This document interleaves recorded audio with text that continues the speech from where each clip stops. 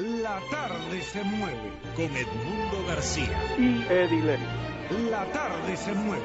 La tarde se mueve. La tarde se mueve con Edmundo García y Eddie Levy. Polémica, el mejor resumen noticioso de cara o cruz. La tarde se mueve. Ya comienza. Este programa es auspiciado por Marazul, su agencia de viajes a Cuba con más de 30 años de experiencia. Este programa es presentado por Citgo Petroleum Corporation. Citgo, energía latina, energía solidaria. Bueno, muy buenas tardes, estimados oyentes, agradeciendo su atención al programa, a los que oyen aquí en el sur de la Florida y esos que nos oyen por la internet. Ustedes saben cómo acceder a la internet porque el mundo lo dice todo el día, así que yo no voy a tocar ese tema.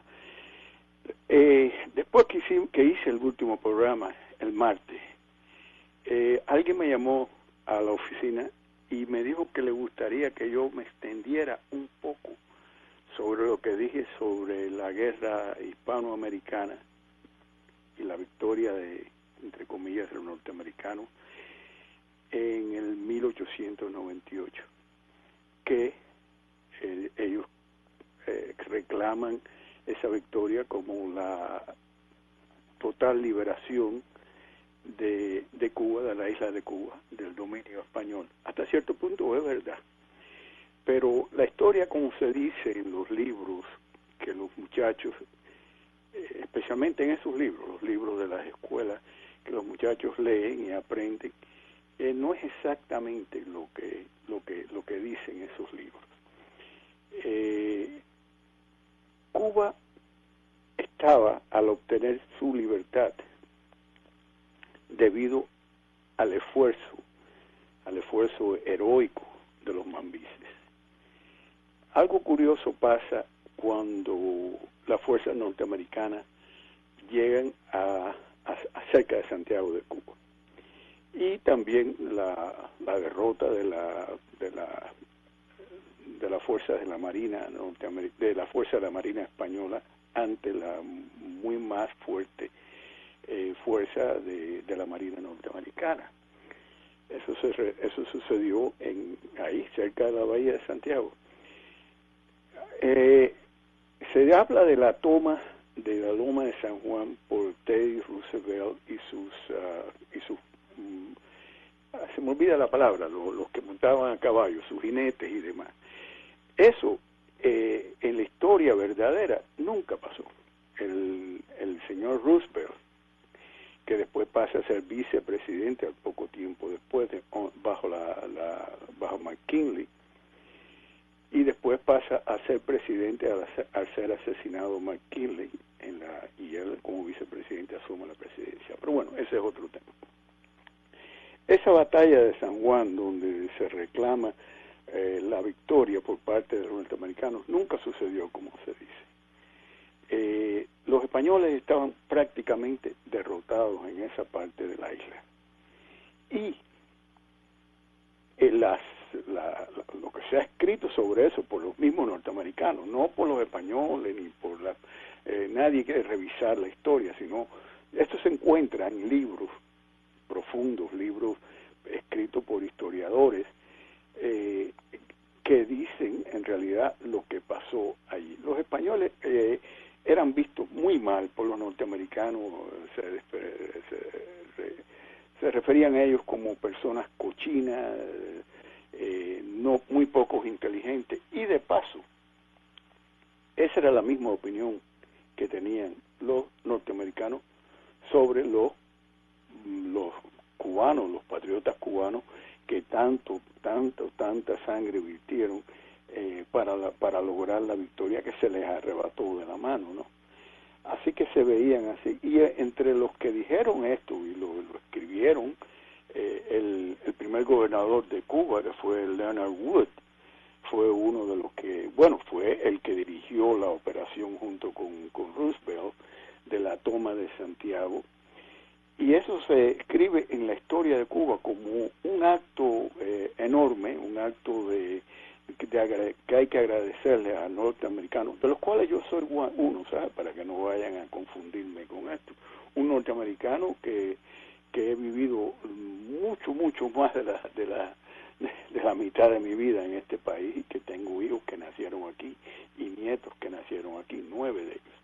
Así que yo aprecio este país, me considero un norteamericano, pero por sobre todo sigo y seguiré siendo siempre un cubano. Bueno, al ser derrotado el gobierno español, ¿no? Los españoles, no fue ganarse a Cuba no fue el objetivo principal de los Estados Unidos, de los gobernantes de los Estados Unidos, para nada. Aunque tomaron posesión de Cuba, y si hubiera sido posible, se hubieran quedado. No tuvieron que quedarse en sí, porque siguieron, después del 1902, siguieron en efecto prácticamente gobernando la isla. El primer presidente fue un norteamericano, don Tomás Estrada Palma. El objetivo principal de la guerra hispanoamericana no fue Cuba, ni fue Puerto Rico, fue el acceso al Pacífico, que convirtió a largo plazo, no tan largo tampoco, entre corto y largo plazo, a los Estados Unidos en un imperio. La joya de esa guerra no fue Cuba, fue las Filipinas. Los rebeldes filipinos estaban peleando por años, porque hay muchas islas, contra el dominio español. Y los norteamericanos ayudaron, trayendo de Japón al líder, al que fue el líder el patriota más conocido filipino, para que luchara contra los españoles. Bueno, después de derrotar a los españoles y apoderarse de las Filipinas, estos patriotas filipinos que lucharon por años y que fueron en algunos casos masacrados por los soldados españoles, se vieron en una situación mucho peor, porque los norteamericanos entraron para quedarse, no para irse. La posición de las Filipinas entre Japón y China era increíblemente importante para la creación del imperio norteamericano, porque abría el comercio entre los Estados Unidos, que ya en esos momentos tenían surplus en algunas cosas, especialmente en la agricultura, para venderle a Japón, a China y a los otros países del sur de Asia, que son muchos.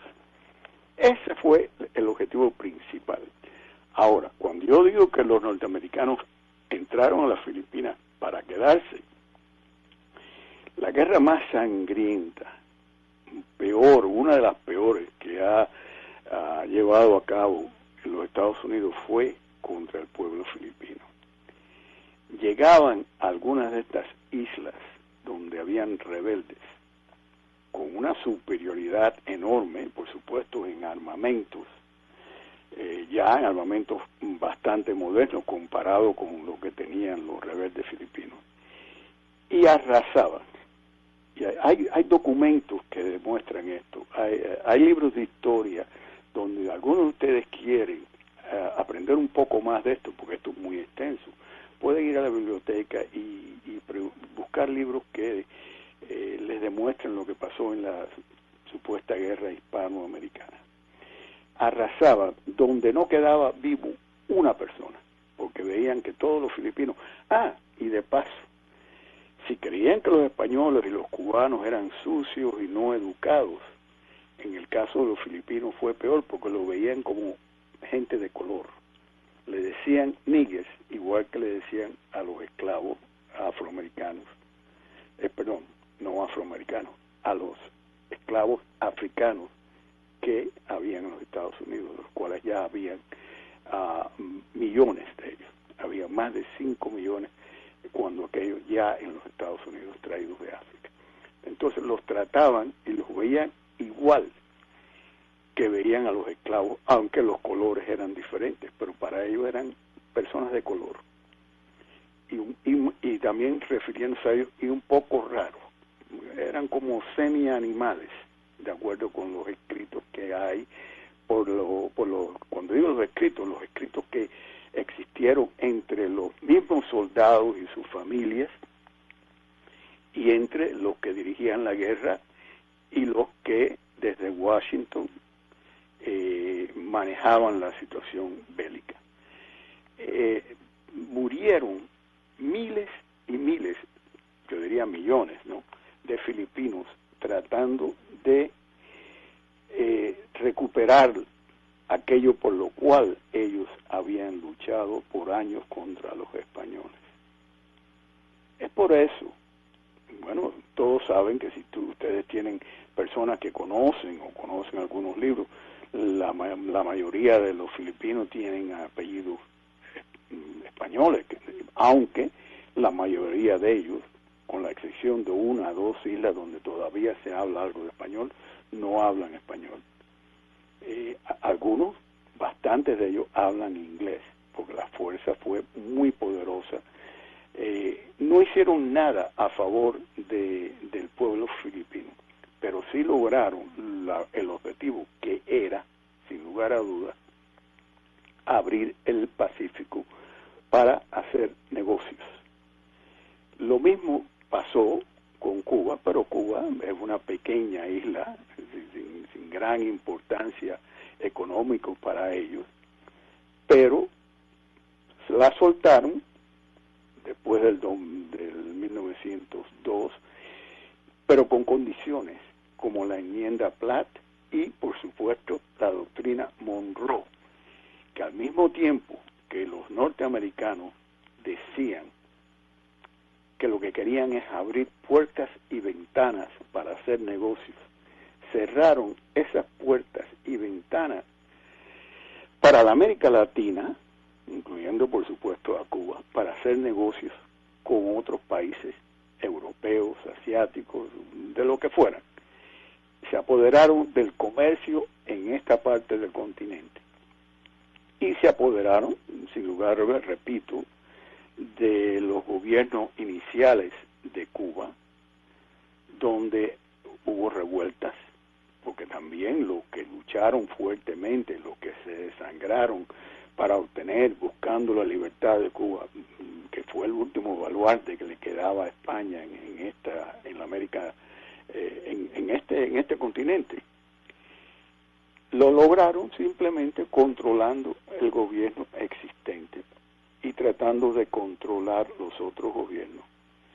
Hubo revueltas, y una de las cosas que pasó durante la invasión de Santiago de Cuba por fuerzas norteamericanas fue la negación de los generales de Leonardo Wood, como se dice en español, de negarle a Calixto García Íñiguez, el mayor general Calixto García Íñiguez, ni siquiera participar en la rendición de España ante los Estados Unidos, de firmar eso que se hizo también ahí en Santiago de Cuba. Es una historia triste, es una historia que no se conoce en las escuelas norteamericanas. Es parte del complejo de superioridad que personas que desconocen la historia tienen en este país. Nos veían como inferiores en aquellos momentos y lamentablemente muchos norteamericanos nos siguen viendo como inferiores. Es por eso, y ahora tengo que saltar a lo que está pasando ahora con la reforma migratoria, es por eso que los más renuentes republicanos de derecha se oponen a que haya una reforma integral. Quiere decir que todo se haga de una vez.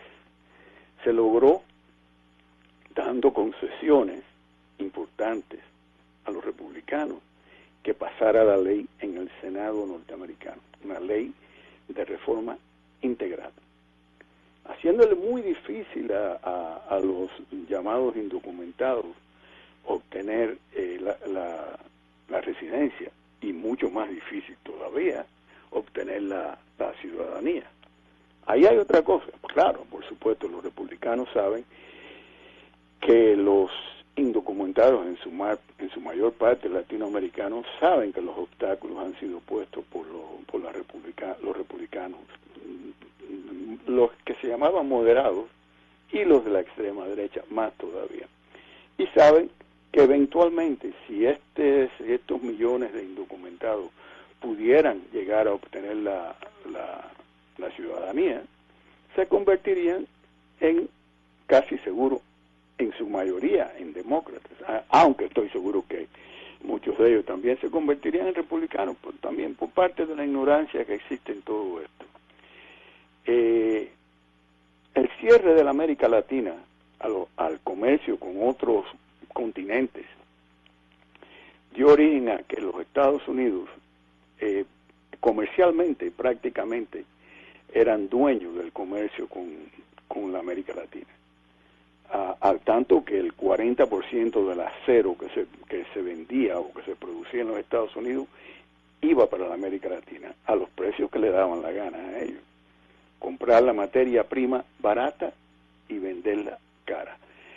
Un día vamos a hacer un programa sobre muchos de los mitos que existen sobre la historia de los Estados Unidos, incluyendo los mitos de la Constitución norteamericana, que dice we all created equal, todos somos creados igual. Eso es una mentira, una grosera mentira. La primera elección que hubo en los Estados Unidos, donde había alrededor de 13 millones de personas, votaron menos de 2 millones, porque todos los que vivían en este país no eran creados iguales y no tenían ninguna misma alternativa o ventaja que otros que sí las tenían. Para usted poder votar en esa primera elección que eligió a George Washington como presidente, usted tenía que ser dueño de una hacienda, dueño de tienda, de hacienda o de negocio. Si no era un dueño de tierra o de un grande negocio, usted no tenía acceso al voto. Por supuesto, las mujeres no tenían acceso. Y si hablamos de los esclavos, que ya había millones en los Estados Unidos, ellos no eran considerados por esa constitución como seres humanos. Eran solamente 3/5 partes de un ser humano. Yo no sé cómo usted llega a esa conclusión de que alguien es 3/5 partes. No sé, tal vez las dos otras partes serían simios o algo, porque es como único yo puedo explicarme esa conclusión, ¿no? Tampoco podían votar los blancos sirvientes, que eran miles, que trajeron de Europa, especialmente de Irlanda, de Bélgica, inclusive de Alemania, que tenían un grado de aceptación un poquito por arriba de los esclavos, y por supuesto prácticamente ningún derecho. Y los otros que no tenían acceso al voto o a compartir o a participar en nada que tenía que ver con el futuro de ellos o de su familia, eran los blancos pobres. Y de los indios ni hablar. Cada tratado que se hicieron, muchos tratados entre el gobierno federal, los gobiernos federales y los indios, fueron rotos por el mismo gobierno federal que los hizo, empujándolos más y más y más hacia las reservaciones, haciéndolos abandonar sus tierras, no porque querían abandonar, sino porque los obligaban, las mejores tierras, para que los colonos norteamericanos pudieran extender su riqueza y para que otras personas que llegaban de varios países de Europa también pudieran empezar a establecerse como dueños de tierra. Esa es una de las historias más tristes en la historia de este país, lo que se le hizo a los indios norteamericanos, incluyendo a los seminoles de la Florida, que no eran solamente de la Florida, que eran de Georgia, la Florida y parte de Alabama. Esos eran indios orgullosos de sus raíces, que estuvieron aquí muchísimo antes de que llegara el primer inglés a los Estados Unidos, a lo que era este continente. Y antes de los Estados Unidos, antes de que los ingleses, los peregrinos, llegaran a Massachusetts. Y es otro de los mitos, eso de que se reunieron con los indios y que los indios invitaron a los indios a comer un pavo. Eso todo es mentira. Los ingleses, que eran la caterva de Inglaterra, fue lo que originalmente vino aquí, junto con personas que no tenían cabida por no tener la misma religión que obligaba al rey de Inglaterra a tener a todos los ingleses. Pero muchísimas de las personas que llegaron aquí, se habla del Mariel, bueno, se habla del Mariel y todos los desafectos y demás que llegaron con el Mariel, que no fueron tantos, pero bueno, fueron algunos, no hay eso no tiene debate, ¿no? Bueno, pues esos primeros serían los originales marielitas que llegaron de Inglaterra y llegaron a apoderarse de lo que no era de ellos. Así que cuando alguien lea un libro de las escuelas primarias o secundarias, de la benevolencia de los peregrinos con los indios, usted diga, vaya, eso no es verdad.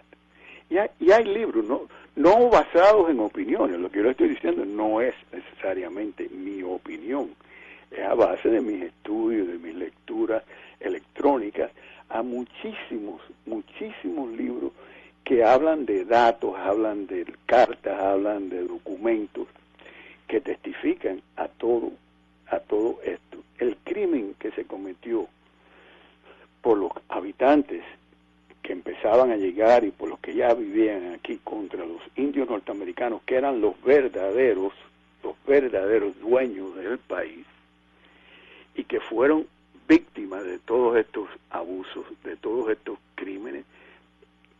Millones de ellos murieron de hambre, de frío, cuando los hacían caminando, irse a las reservaciones al oeste del Mississippi, al otro lado del Mississippi. Y mucho de esas tierras que perdían los indios, se buscaban los colonos norteamericanos, incluyendo, de paso, a George Washington, el primer presidente de los Estados Unidos, y a Jefferson, cuando se comenzó el país. Todos los que participaron, para empezar, todos, incluyéndolo completamente, 100% de todos los que escribieron la Constitución norteamericana y los que lucharon en la guerra contra Inglaterra, eran dueños de esclavos. No había uno que no fuera dueño de esclavos. Y al convertirse este país en un país, las 13 colonias que lo iniciaron, todos ellos adquirieron más y más y más tierras. Y uno de los que más tierras adquirió, que era una de las personas más ricas en ese momento, fue el mismo George Washington, el padre de la patria. Así que un día, vamos a hacer un programa sobre mitos, pero vamos a hacerlo no con mi opinión, sino con datos bien establecidos, que están inclusive en la biblioteca del Congreso norteamericano. Ok, estoy complaciendo a ese amigo que me dijo que le gustaría que yo hablara un poquito más sobre lo que yo había hablado en el último programa. Bueno, mira, ayer, cambiando de tema, ¿no? Ayer yo oí en uno de estos programas de la noche, creo que fue en el programa de Oscar Aza, a personas prácticamente histéricas sobre lo que está haciendo Brasil en Cuba, sobre la terminación del puerto de Mariel, donde se ha invertido por parte de los brasileños alrededor de 700 millones de dólares, no de 1.000 millones como dijeron allí. Y de otros proyectos, incluyendo el proyecto de los médicos cubanos que han ido a trabajar a Brasil. Y si es verdad que el gobierno cubano recibe dinero por esos médicos, y si es verdad que esos médicos van a trabajar donde los médicos brasileños no van, a las favelas, a aldeas en la selva, a indios brasileños que jamás han visto un médico o un dentista. Y por eso el gobierno de Brasil, que hoy es un país muy rico, y va a ser mucho más rico porque es un país con condiciones, elementos que prácticamente no han sido tocados. Es un país que lo tiene todo, y lo tiene todo, mucho de todo eso, incluyendo petróleo, minerales, piedras preciosas, agricultura, pesca, lo tiene todo. Un gran país con cerca de 200 millones de habitantes ya. Entonces, se pueden pagar para que los más pobres, los que no tienen nada, por lo menos tengan una atención médica que jamás habían tenido. Así que si los médicos brasileños protestan, no tenían que protestar, lo que están haciendo los cubanos, haciéndolo ellos. Y los cubanos sí reciben un pago modesto, no hay duda de eso, si le pagan. Yo no sé exactamente lo que lo pagan. El programa dijeron que eran $400 y le daban 600, le guardaban 600 por mes a sus familiares en Cuba, que se le daría dado cuando los médicos regresaban. Bueno, si usted se pasa 30 meses en Brasil o en Venezuela y le dan $600 por mes, usted va a tener $18,000 cuando regrese a Cuba, que es una cantidad de dinero muy importante allá. Pero estos personajes que estaban, porque lo curioso de estos programas, que no hay debate. Si tienen tres, son tres igualitos. O uno trata de ser peor que el otro. No mejor, o no con más datos. Es todo lo deseando que lo peor que le pudiera pasar a Cuba sucediera. Ellos no quieren que Cuba haga negocios, que tenga relaciones con ningún otro país. No la puede tener con los Estados Unidos porque ellos son los mismos que ponen presiones para que no pueda haber un diálogo efectivo con respeto de ambas partes, para que Cuba pueda salir de la situación en que se ha encontrado por tantos años. Entonces, no solamente apoyan el embargo, el bloqueo, y sí hay un bloqueo, es un bloqueo económico, que es peor que un bloqueo naval. Sí hay un bloqueo, pero ellos apoyan todo esto, entonces se resienten, se enferman, se enloquecen, porque otros países están dispuestos a hacer negocios con Cuba, a hacer inversiones con un gobierno que ha demostrado que quiere abrir el comercio al mundo exterior. Lo mismo que se han arrebatado con este señor Alfie Van Hool, porque ha querido tal vez reestablecer en la industria azucarera en Cuba. No, y estoy seguro, no conozco a Alfie Van Hool, nunca he hablado con él, pero estoy seguro que no es solamente por dinero, porque si hay algo que esta familia no necesita, es dinero. No es porque supieron construir una industria azucarera en los Estados Unidos, especialmente con los subsidios y demás que el gobierno le da, no solamente a la industria azucarera, sino a otras muchas industrias. Pero se han enloquecido con todas estas cosas que están pasando, porque lo que ellos quieren es que aprieten y que aprieten más, y que el pueblo de Cuba tenga más vicisitudes y más necesidades. A pesar de todas estas cosas, los niños que van a la escuela en Cuba almuerzan allí. Yo no sé cómo lo hacen, yo en realidad te digo la verdad, no les digo la verdad, yo no acabo de comprender cómo el gobierno de Cuba puede hacer las cosas que hacen en cuanto a la educación, en cuanto a la medicina en particular. Es muy difícil. Claro, se tienen que dejar otras cosas que en mi opinión son muy importantes, como la infraestructura y los viales y demás, pero sería eso tal vez, o sería poder darle leche a los niños en un un almuerzo, o poderle dar leche hasta los 7 años. Hay países en América Latina donde los niños nunca tomaron leche. Y en la misma Cuba hay muchísimos niños que no tomaban leche tampoco.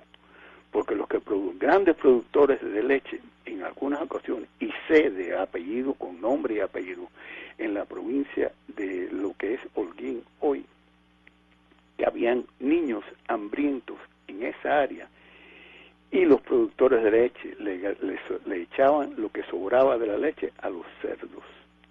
Eso lo sé yo, porque conozco a la gente y he hablado con algunas de esa gente, y esa gente eran ajenos completamente, no por maldad ni por nada de eso, simplemente porque, como alguien me dijo en Ecuador, bueno, nosotros nacimos con la suerte de tener dinero y de tener propiedades, y ellos no, y nosotros no estamos en posición de resolverle el problema a todo el mundo. Esa es la misma actitud que tenían muchas personas en Cuba en cuanto a la gente de campo. Por eso cuando yo oigo todas estas maravillas que se hablan aquí, de que Cuba era una tacita de oro y de que todo, mentira. Bajo los puentes de donde yo soy, de Santa Clara, vivían familias enteras. Mentira. A mi casa llegaba todos los días alguien alrededor de las 6:30, 7 de la tarde, con una lata para que nosotros diéramos la comida que sobraba. Mi madre, que era una gran persona, una persona de buenos sentimientos, siempre cocinaba más para poder darle un poco de comida a esa gente, que pasaban una lata para que lo pusieran todo en esa lata. Diariamente yo viví eso, mientras viví en mi casa en Santa Clara. Y no era solamente mi casa, eran otras muchas casas, donde habían personas que tocaban la puerta para que ver si podía dar.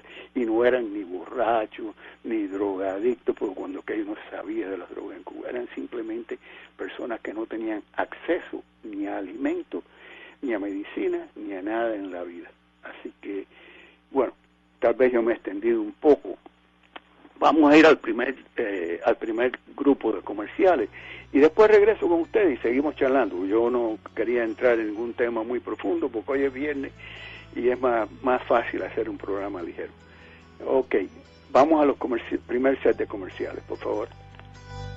Si quieres viajar o enviar a Cuba, confía en Cubamax. Cubamax, su agencia que le da más. Ahora con 12 años de experiencia en viajes y envíos a Cuba. Confía en Cubamax. Con pasajes aéreos a toda Cuba y los precios más competitivos del mercado. Si encuentra algo mejor, se lo mejoramos. Confíe en Cubamax. Con 6 localidades en Hialeah, Southwest de Miami, West Palm Beach y Orlando.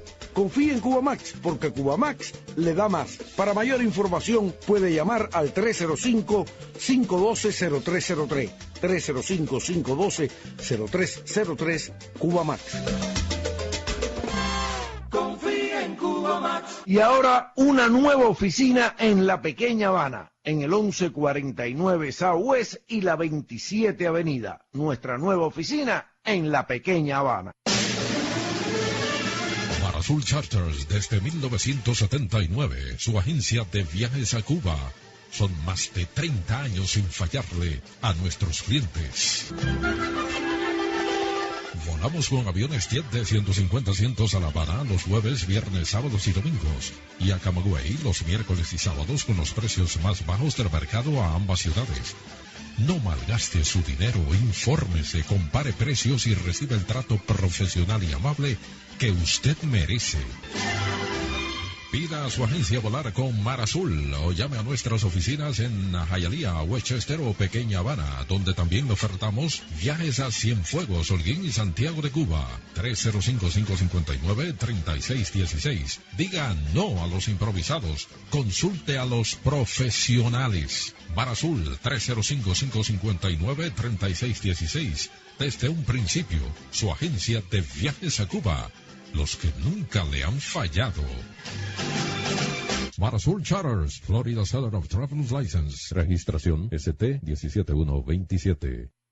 Todos los servicios a Cuba en Caribe Express. Pasajes, renta de autos y hoteles, trámites de pasaportes, envíos de dinero y paquetes. Caribe Express es la agencia donde usted obtiene los mejores precios. ¿Por qué pagar más? Prórroga de pasaporte, cartas de invitación, envíos de dinero a viajeros, envíos de paquetes. Visite una de las oficinas de Caribe Express en Miami, West Miami, Kendall o Hialeah. O llame gratis al 1-800-588-6447 y pregunte por la oficina más cerca de usted. 1-800-588-6447. Repito, 1-800-588-6447. Caribe Express, siempre hay una cerca de usted. Rápidamente vamos a regresar al programa. Quiero tocar el punto que ayer, anoche, en la Caverna Mapisa, en el programa que tiene el camarón maloliente, a las 6 de la tarde. Perdone por los adjetivos calificativos, en realidad no debería hacerlo, porque ya es un hombre que está en los estertores, como la palabra principal que él usaba para decir que el gobierno de Cuba llegaba a su final. Bueno, está en los estertores de su vida. Tenía un invitado que es uno de los regulares allí, haciendo un análisis, un analista político, sobre el reporte de la oficina de Congreso, del presupuesto del Congreso, que es una oficina no partidista, no trata de beneficiar ni a los demócratas ni a los republicanos. Y entonces este señor dijo, yo lo oí nada más que por 10 o 15 minutos, ya no pude más, que ese reporte era devastador para el Partido Demócrata, porque demostraba que el Obamacare era el desastre más grande en la historia de la humanidad, prácticamente, y que iba a costar $2 trillones en los próximos 10 años. Mentira. Yo le digo a ese pobre anciano mentiroso, distorsionador de la verdad, que eso es una gran mentira. Si alguien, de acuerdo con los analistas, también no partidistas, o tal vez algunos partidistas, que se ha discutido esto desde que salió ese reporte, si alguien se beneficia de ese reporte, es el presidente Obama. 3/4 partes de los empleados de este país que trabajan en corporaciones, que trabajan inclusive para el gobierno, mayores de 55, que es esa edad peligrosa entre los 55 y los 65, donde pueden empezar a recibir Medicare, no se van de sus trabajos o toman un retiro temprano o se van para crear empresas por el seguro que les ofrece la compañía para que ellos trabajen. El Obamacare le ofrece la oportunidad a estas personas, a millones de personas, a dejar esos trabajos, abrir esos trabajos para otros que buscan trabajo, y para ellos crear empresas y también darle empleo a otras personas. Esa es una de las grandes cosas de esto que se llama Obamacare, aparte de que ya se ha comprobado sin lugar a duda que es un gran beneficio para los que no tenían seguro, especialmente para esos que sufren de enfermedades crónicas que ninguna compañía de seguro los hubiera asegurado, y si los aseguran los precios son en la estratosfera, así que ya se ha visto muchos beneficios. Otro de los beneficios del Obamacare es que el seguro le va a costar mucho menos a las personas, a las familias. Esto es comprobado, esto no es mi opinión, comprobado ya. Y ese dinero extra que esa familia va a tener, lo va a gastar. Uno de las grandes razones por la cual el desempleo todavía sigue alto, aunque en la última reporte de ayer bajó a un 6.6, ya ha bajado un 6.6, es que no han tenido la oportunidad de recuperar trabajos, tanto para el gobierno federal, que tuvo que despedir a miles de empleados cuando se pasó esa cosa que se pasó hace 2 años, 1 año y medio en el Congreso, que había que ajustarse al presupuesto y no salir por arriba. El índice ya del presupuesto ha bajado casi en un 50%. Y también, y lo podemos ver aquí en el mismo condado, cuántas personas perdieron su trabajo. Si todas esas personas que perdieron trabajos a nivel federal, a nivel condal, a nivel municipal, pudieran estar trabajando, el índice de desempleados sería menor. Y también hay que decirlo, porque no, hay desempleados que jamás van a poder volver a lo que ellos hacían, porque ya eso pasó, ya la tecnología ha hecho que muchos de esos trabajos no existan. Así que por eso es tan importante la educación, por eso es tan importante que los muchachos terminen el high school y que vayan, aunque sea a un community college, para poder llegar entonces a poder ir a la universidad, aunque tengan que empeñarse, que es otra de las cosas que el presidente está tratando de hacer, que mejorar las condiciones de estos préstamos que se le dan a los estudiantes, que hay veces que terminan y deben 50, 60, 70 mil dólares.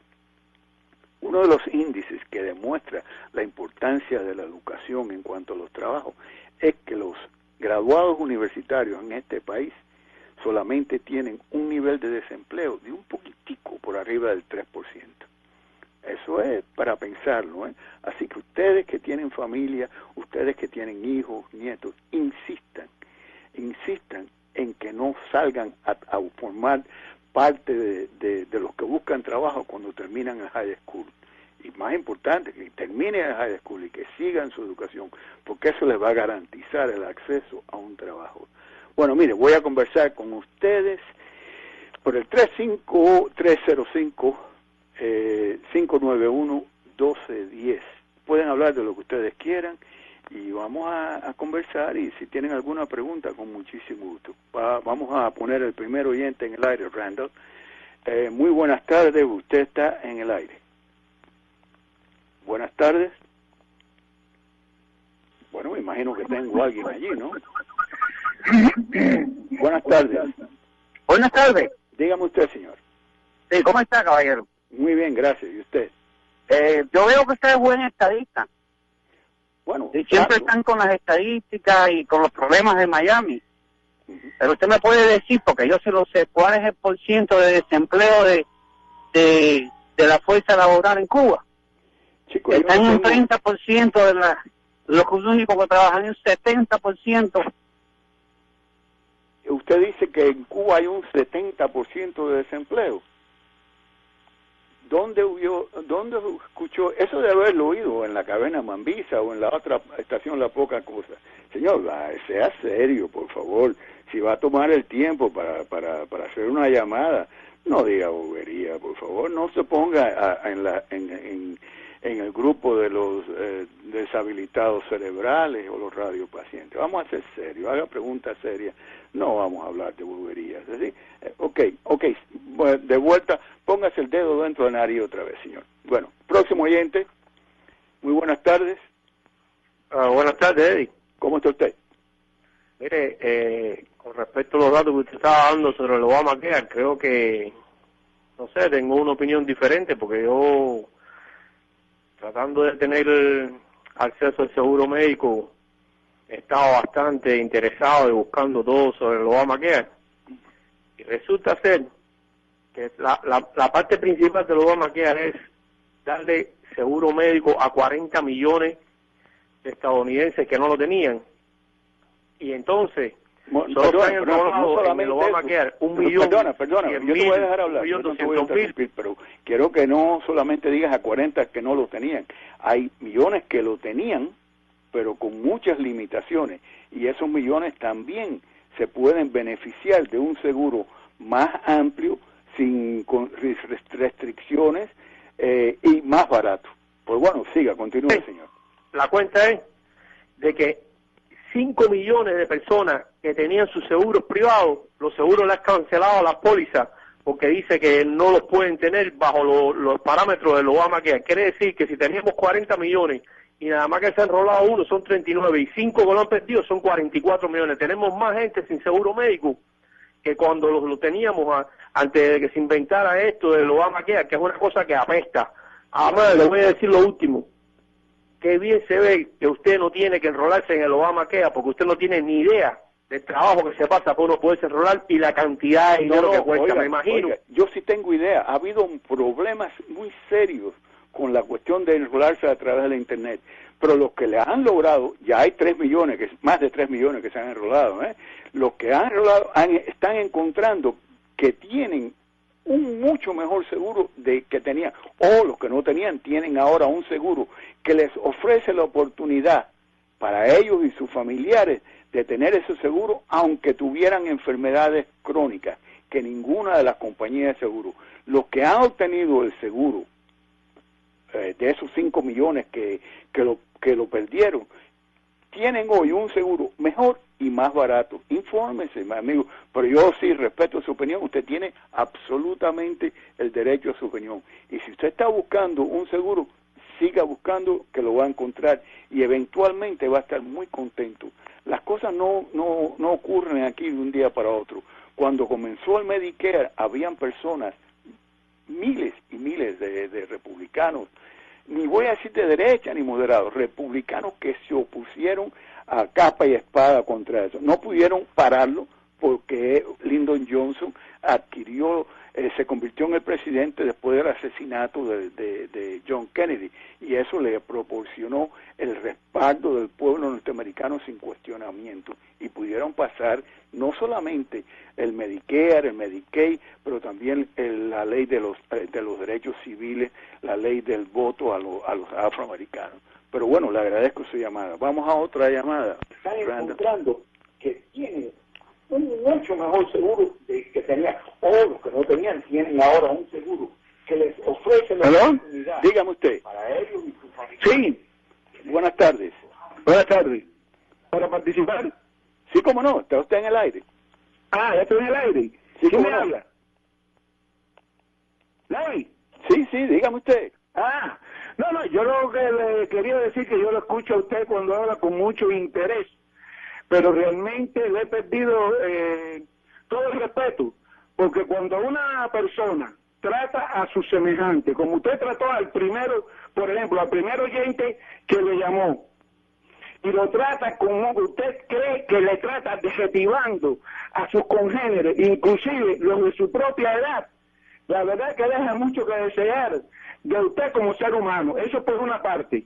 Y por la otra, que después de tantos años en los Estados Unidos, que usted pasó mucho trabajo aquí, pero vino aquí a tratar de vivir mejor que en Cuba, en los años 50, como usted dice, y resulta que ahora usted parece que se montó en el caballito porque va a ganarse unos cuantos miles de pesos con una agencia de viaje. Me parece que de verdad... Mire, muchas gracias por su llamada. Yo no voy a contestarle porque no vale la pena. Yo no, mire, en primer lugar, yo no vine aquí a buscar una mejor vida. Yo vine aquí con una residencia porque tenía $5,000 en el Banco Panamericano de Miami. No vine a buscar una mejor vida. Vine a separarme de Cuba por problemas que tuve, no porque fui revolucionario, porque yo no lo fui, simplemente yo fui uno de los que fue de verdad abusado por la policía de Batista, de verdad, y tengo la prueba sobre mi ojo derecho, sin razón ninguna, como le digo, ni era revolucionario, ni participaba en nada, simplemente era un ciudadano que más o menos vivía bien, pero usted tiene su opinión, allá usted, es decir que yo soy lo que usted dijo. Fíjese, yo se lo permito, yo quisiera que usted tratara un día de llamar a las otras estaciones estas de aquí a la caverna o a la poca cosa y trate de decirle lo que usted me ha dicho a mí a los que dirigen el programa. Usted no duda, en primer lugar no lo dejarían hablar porque tienen un delay, quiere decir que están oyendo antes de que salga al aire. Nosotros no tenemos delay. Usted pudo decirlo. Yo no traté a ese pobre diablo mal, lo traté como tenía que decir. Si usted es mentiroso y viene a este programa a decirme una mentira y yo tengo que quedarme callado, no señor, eso lo hacen en las otras estaciones, con donde ayer alguien dijo que había un desempleo de 55% en el país y las elecciones presidenciales iban a ser el año que viene. Y el que dirige el programa, el señor Pererora, fue incapaz de decirle, usted está desinformado, señor, por favor, infórmese. Yo le dejé decir, usted lo que quiso decir de mí, me entró por el oído derecho y me salió por el izquierdo sin causar ninguna avería. Bueno, muchas gracias. El próximo oyente, Randall. Buenas tardes. Sí, buenas tardes. Mira, yo estoy de acuerdo que todo el mundo tiene el derecho de decir lo que quiera. Lo único es que para la primera llamada que tuvo, que estaba hablando del unemployment en Cuba, no había necesidad de llamarlo un deshabilitado mental. Le puede decir animal, bruto, analfabeta, pero no hay necesidad para insultar en ese término, porque no le gustaría a alguien que le insulte a usted de ser ciego o algo así. Señorita, no es insulto para yo no fue insulto. Si le digo animal, si lo tuviera, o bruto, si lo tuviera. Deshabilitado mental es una condición física, es una condición médica. No. Cuando usted habla como habló ese señor y dice las tonterías que dijo, en primer lugar, yo no he hablado de nada de desempleo en Cuba, En Cuba no hay un desempleo de 70%. Pero ese no es el tema, de eso no estamos hablando. Así que nada, muchísimas gracias por su llamada. Y siga oyendo, a lo mejor aprende algunas cositas que usted no sabía. Muy buenas tardes, usted está en el aire. Sí, buenas tardes. Bueno, es cierto todo lo que han dicho, que usted es un buen falta de respeto, no respeta a la audiencia, no respeta a sus semejantes, usted parece que no tiene personas mayores en su familia. No, porque ¿qué soy yo? ¿Usted cree que soy un joven? Bueno, ya, dijiste lo que quería decir. Bueno, ok. Gracias por tu llamada.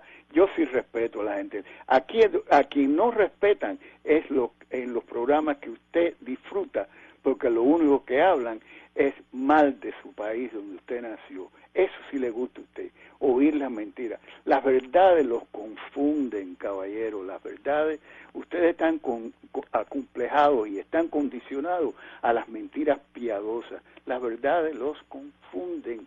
Así que tal vez, yo no sé, algún día, alguna de estas verdades que nosotros decimos, que no nos pueden llamar mentirosos, abrirán un poco su capacidad de entender cómo son las cosas. Y si no, ese es un problema suyo, señor, eso no es un problema mío. Mis problemas yo me ocupo de ellos. Y muchísimas gracias por su llamada. Vamos a los próximos comerciales, Randall,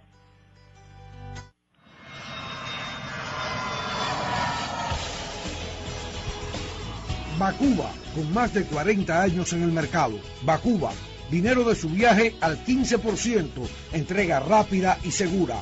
Bacuba, consiga los pasajes con el mejor precio del mercado. Bacuba, haga su reserva de hotel y carros. Bacuba, tramita sus papeles y visas para viajar a Cuba. Bacuba, teléfono 305-649-3491. Bacuba, 305-649-3491.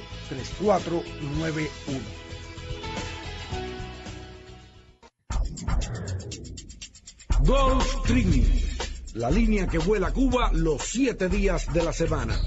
Golf Training, vuela los lunes, jueves y domingo a la 1:30 de la tarde, los martes, miércoles y viernes a las 12:30 del mediodía, regresando desde La Habana al caer de la tarde.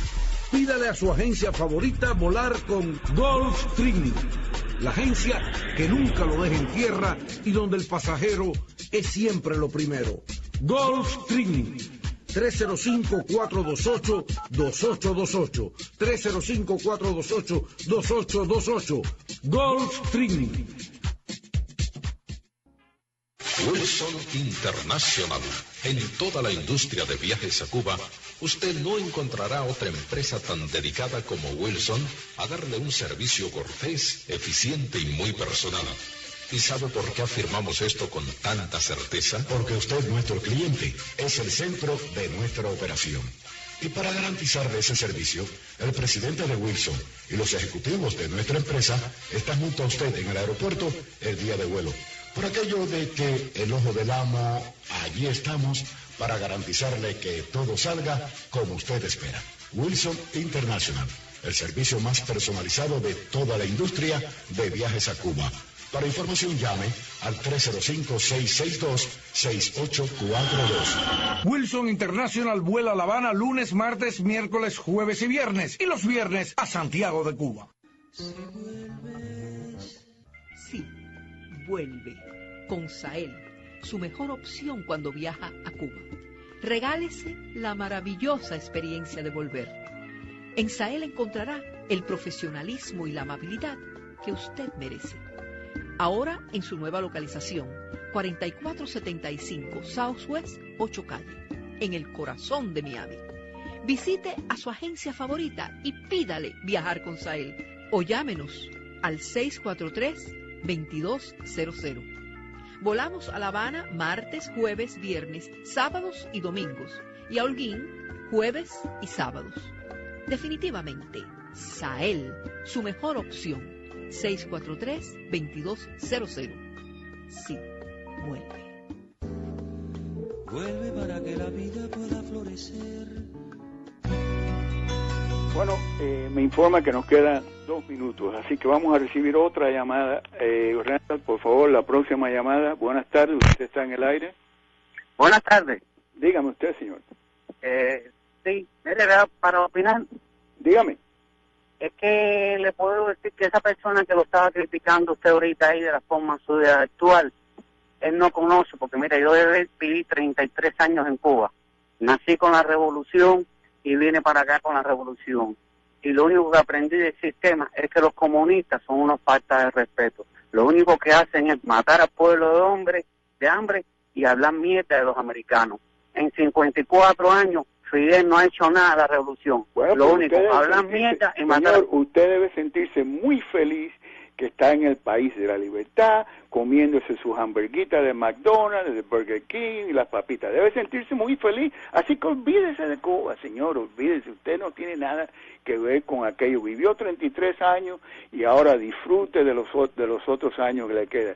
Pero cuando ustedes hablen de respeto, acuérdense que para respetar a alguien tienen que empezar por respetarse a sí mismos. Y los que hablan como usted y los que piensan como usted no se respetan a sí mismos. Así que le agradezco su llamada y siga oyendo al programa y disfrutando de lo que nosotros hacemos en este programa, que es decir las verdades que ustedes no oyen en ninguna otra estación de radio o televisión en esta ciudad. Bueno, me despido de ustedes, probablemente hasta el martes. Espero que todos tengan un buen fin de semana, que disfruten su tiempo libre y que sigan estudiando. Oigan, vayan a la biblioteca, busquen libros que los instruyan a esos que necesitan ser instruidos en la historia de este país y la historia de nuestro país, de Cuba, que aparentemente no muchos de ustedes conocen. Así que muy buenas tardes y hasta el lunes, donde Edmundo García, como siempre, estará con ustedes. Este programa es auspiciado por Marazul, su agencia de viajes a Cuba con más de 30 años de experiencia. Este programa fue presentado por Citgo Petroleum Corporation. Citgo, energía latina, energía solidaria.